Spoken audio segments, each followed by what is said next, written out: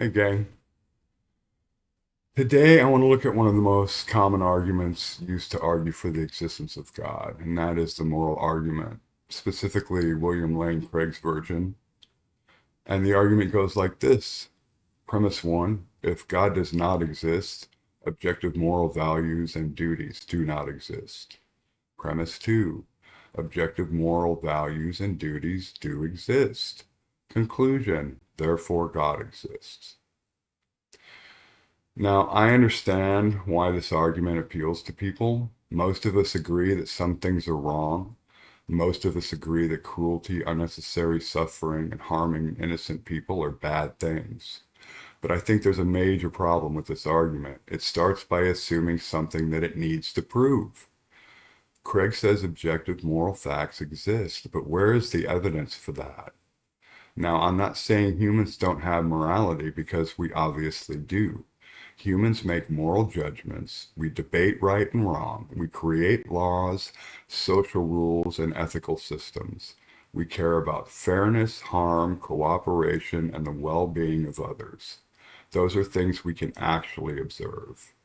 The question is whether there is some additional thing called an objective moral fact that exists independently of any mind. And that is a much bigger claim. Craig often points to examples like the Holocaust and says that even if everyone in the world believed it was right, it would still be wrong. But I don't think that demonstrates objective morality. What it demonstrates is that humans can have very strong moral convictions and that we can evaluate actions based on reasons. The fact that people disagree about something does not prove there is a cosmic moral standard outside of humanity. People disagree about many things. The existence of disagreement does not automatically prove the thing being debated exists independently of us.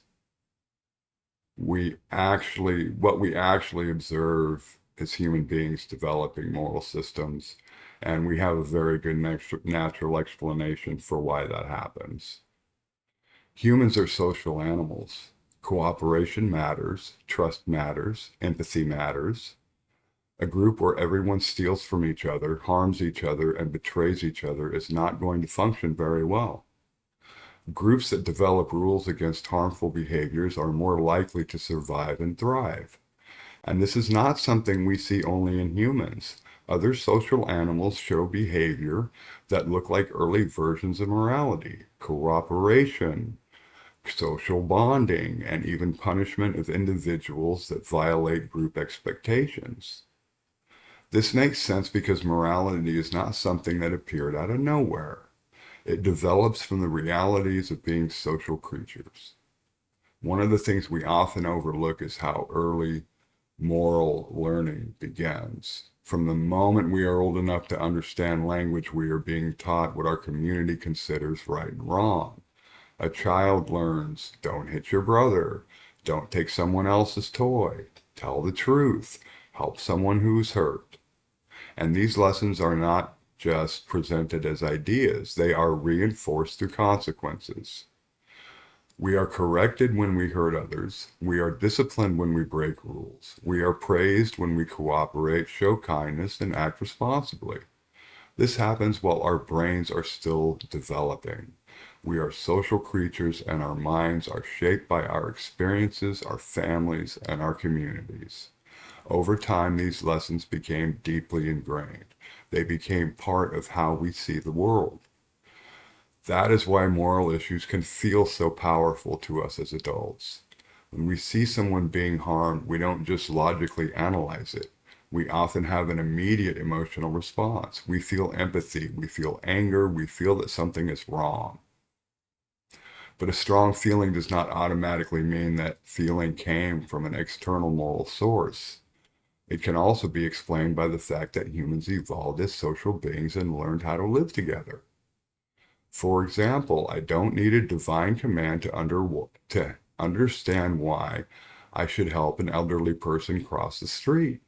I can look at that situation and recognize this is another human being. They may be vulnerable, they may need help. Helping them creates a kinder, more cooperative society, and it reflects the kind of person and community I want to be a part of. The fact that I care about that person is not evidence that God gave me a moral code.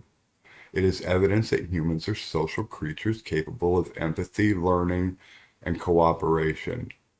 Morality is a label we use to describe things or real things that are happening in the world. We do this with other concepts as well.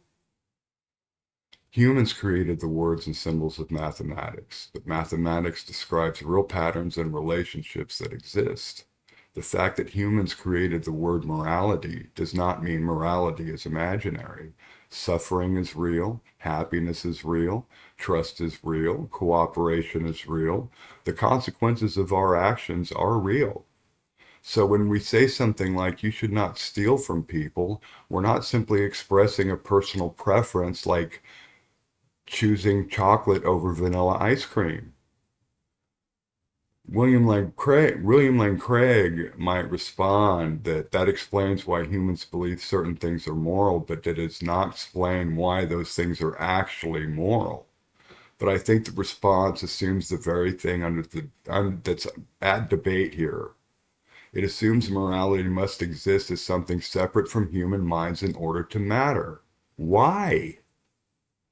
Why must morality exist like a law of physics in order to be meaningful? We are conscious beings. We can suffer. We can experience joy. We depend on one another. These facts are enough to build a moral framework. And even if I granted, for the sake of argument, that objective moral facts exist, Craig still has another problem. He has not demonstrated that these moral facts come from God. The argument does not prove that God exists. It simply assumes that God does exist. It shows that some people believe morality requires God, and those are two different things. The moral world we actually observe is a world of humans reasoning, learning, cooperating, disagreeing, and trying to figure out how to live together. This is something we see. This is something we study. It is completely demonstrable. This is something we can demonstrate. The leap from that reality to an invisible moral lawgiver requires additional assumptions that have not been proven. So the question is not, can you have morality without God? The question it should be, has anyone demonstrated that morality requires God? William Lane Craig has not demonstrated that.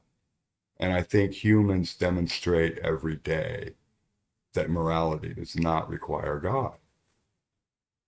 Thank you. Take care.